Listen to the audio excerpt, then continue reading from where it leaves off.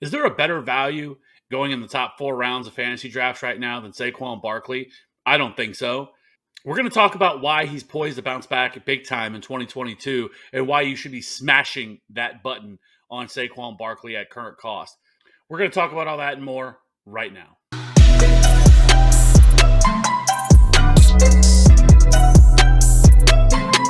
Welcome back in. I appreciate everybody checking out the video. Be sure to hit that like and subscribe button for future content. So let's get to the content. So Saquon Barkley in 2021 had a 61% snap share, a 62.9% opportunity share, averaged about 4.5 targets per game, 12.5 carries per game, had about 593 rushing yards, 263 receiving yards, and 4 touchdowns. And he averaged 11.4 fantasy points per game in 13 games last year. Now, one of the big things with Saquon Barkley is he's injury prone, right? I'm going to let you in on a little secret. Every running back is injury prone. Okay, just keep that between us. You don't have to go telling everybody. Okay, we'll just keep that here between us. Okay, among friends. All right. So this argument that he's injury prone, right? Like all running backs miss games. It's just the nature of the beast, right? Now some miss more than others, and some just can never just stay healthy. They're constantly hurt, right? Well, Saquon, while yes, he only has one game in his career where he's played all 16 games, and obviously last year they went to 17 games. You know, in 2 of those years he played 13 games, and then the other one was obviously the year he tore his ACL, where he only played in 2. But if you go back pre-ACL, he averaged 18.8 fantasy points per game and 24 fantasy points per game in those 2 seasons. 2018 is when he finishes the RB1. Now, we know he has that in his range of outcomes. He had over 2,000 yards in that season and 15 touchdowns on 91 receptions. The question is, can he get back to that? The answer is emphatically yes. Last year, he was finished, coming off the ACL injury. We know that it takes running backs usually, that second year is when they start looking more like themselves, right? Like they're back. But even so, last year, 17th in juke rate last year, 21st in yards created per touch, 24th in yards per route run, and 13.3% target share in that offense, which was one of the worst offenses we've seen over the last 5 to 10 years. I mean, it was just truly terrible. However, in his first 5 games last year with Daniel Jones, he averaged 16.2 fantasy points per game, which was RB10, coming off that injury. And obviously, as we know, Daniel Jones got hurt over the second half of the season. I mean, the entire team got hurt, playing behind a terrible offensive line. Now, good news is this year they've really invested in the offensive line. They went out and signed Mark Lewinsky, which should help on the interior of that offensive line. And then they also went and drafted in the 7th overall Evan Neal, who will play right tackle this year with Andrew Thomas being on the left side. So now you have your 2 anchors on the outside. They upgraded the interior of the offensive line.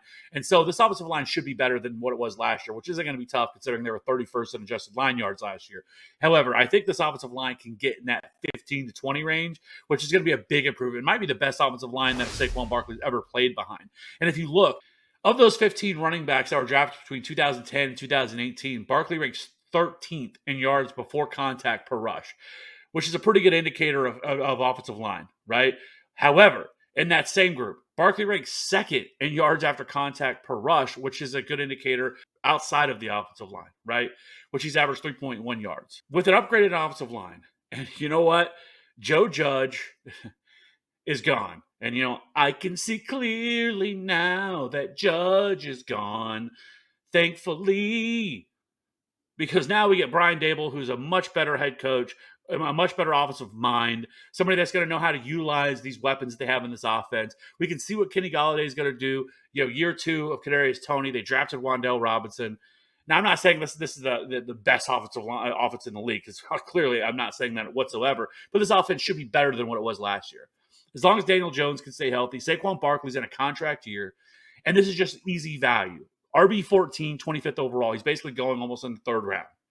We typically have been drafting Saquon Barkley in the top 5, and now you're getting him almost a 3-round discount on him. And this is such an easy value. Somebody that is going to be heavily involved in the passing game, somebody that is uber dynamic once the ball gets in his hand, somebody that can break off a touchdown anytime he touches the ball. And now you're going to have an offensive line that should be able to open holes for him and allow him to get out in space and do what he does best. He's completely healthy. This is one of the first years he's had where he's going into the offseason completely healthy, no injuries to deal with whatsoever. So he's been able to pick up this offense. He's been involved at camp. He's going to be there ready to go for training camp. So everything is pointing for a big bounce back year for Saquon Barkley. And I suggest you should get on board because at RB14, 25th overall, he's such a smash value. You know, if you're drafting late in that second round, smash the button, smash it on Saquon Barkley because you're going to be happy with the return. Saquon Barkley is an easy draft. I don't get out of here with he's injury prone nonsense. He's had one major injury in his career. He sprained an ankle last year by stepping back on somebody in the Cowboys game. And then he had a high ankle sprain in 2019. But people just seem to forget in 2019 that he absolutely won everybody their leagues that year because he absolutely smashed in 2019 during the fantasy playoffs and single-handedly won people your leagues because in week 15 he scored 30.3, in week 16 he scored 43.9 and just single-handedly won you your league that year.